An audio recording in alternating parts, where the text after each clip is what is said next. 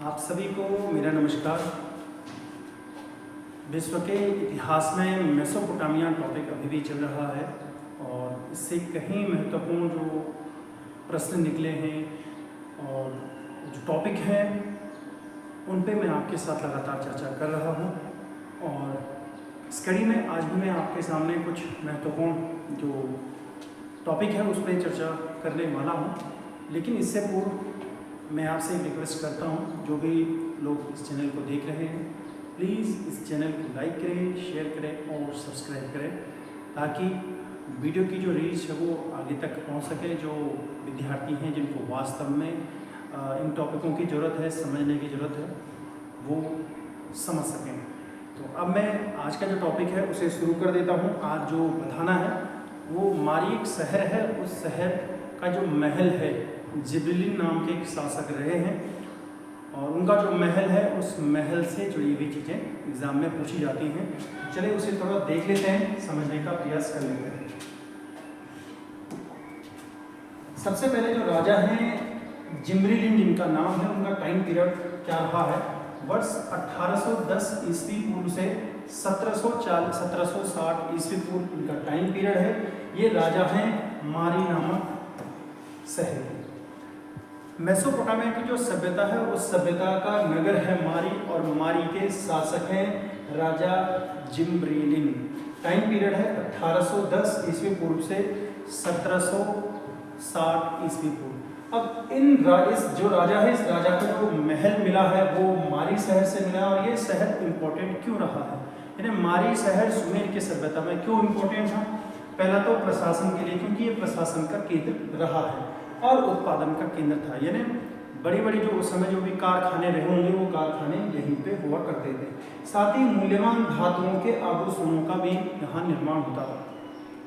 उस समय की जो धातुएं थी, जिन धातुओं से मूल्यवान वस्तुएं बनाई जाती थी, उसका भी निर्माण यहीं होता था। यानी हम ये कह सकते हैं कि ये शहर प्रशासन और इनकी आर्थिक राजधानी रहा होगा। दूसरा बात करते हैं कि राजा जिब्रीलिन का यहाँ पे महल है, मारी नामक जो शहर है उस शहर में जिब्रीलिन का महल है।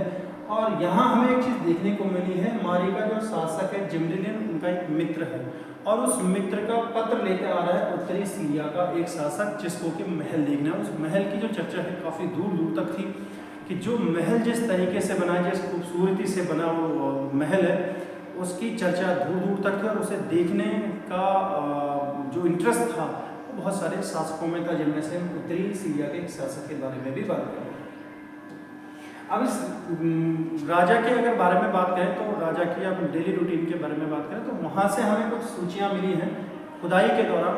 जब वर्ष 1935 में खुदाई हुई, फ्रांस के बहुत ही फेमस पुरातत्ववेत्ता रहे हैं जिनका नाम आंद्रे पेरेट है, उनके द्वारा यहाँ पे खुदाई की गई थी मारी में।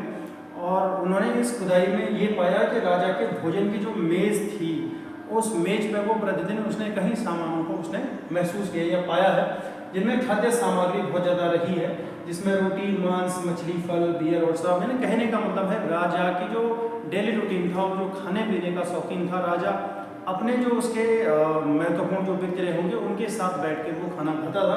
खाने में रोटी, मांस, मछली, फल, बियर और शराब, यानी इन चीज़ों का राजा इस्तेमाल करता था।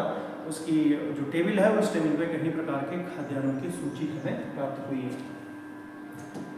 अब इस प्रकार का एक हम अभी महल को देखें, बाकी हम इसके फिगर को देखने का प्रयास करेंगे। फिलहाल यहाँ से थोड़ा समझने का प्रयास करते हैं। जो ये राजमहल था, इस राजमहल में कुल मिलाकर कमरों की जो संख्या मिली है 260 कमरे इस राजमहल में थे।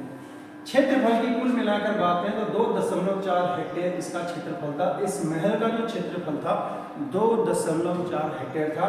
260 इसमें कमरे थे।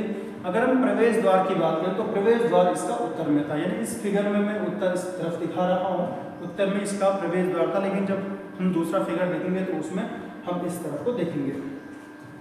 सुनहरे पत्थरों से निर्मित है, यानी उस समय के जितने भी सुनहरे पत्थर थे, जैसे लाज, वृद्ध है या और भी कुछ कीमती पत्थर थे, उनका इस्तेमाल इस महल पे किया गया था। राजा विदेशी अतिथियों तथा उनका जो अपने खास लोग थे उनको सभागार में उनसे मिलता था। यानी यहाँ पर एक सभागार भी है, जब एंट्री करते हैं तो सबसे पहले सभागार ही आता था। प्रवेश द्वार एक ही प्रवेश द्वार है, इस एक ही प्रवेश द्वार से सभागार में पहुंचते थे और सभागार में राजा विदेशी जो उसके अतिथि आते थे और जो उसके खास लोग थे उनसे मुलाकात करता था। इस राजमहल में जैसे रसोई घर है, प्रांगण है, लिपिक कार्यालय है, स्नानघर है, शौचालय, तमाम प्रकार के ये सारी चीजें उपलब्ध थी।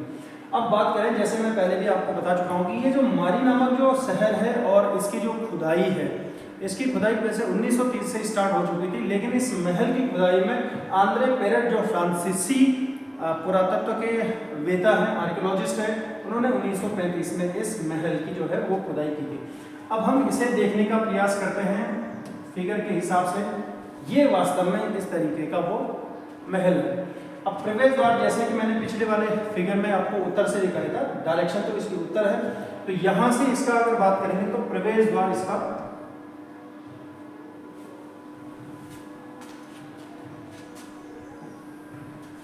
इसकी एंट्री यहाँ से होती है, ये इसकी प्रवेश द्वार है और ये सभागार है जहाँ पे वो विदेशी अतिथियों से मुलाकात करता था। साथ ही ये भीतरी आंगन है, यहाँ पे इसका सिंहासन है, यहाँ कार्यालय और शाही रसोई है, शाही निवास, जो राजशाही परिवार के लोग हैं यहाँ निवास करते हैं, यहाँ पे कुआं दिखाया गया है। तो इस तरीके से ये महल है, जिस महल जिमरिलिन नाम का जो शासक है इसका ये महल है और इसकी खुदाई 1935 में की गई थी। तो ये था हमारे पास टॉपिक, यानी इससे हमें ये पता चलता है कि उस टाइम पीरियड में जो राजशाही जो महल था वो राजशाही महल का ढांचा कैसा था।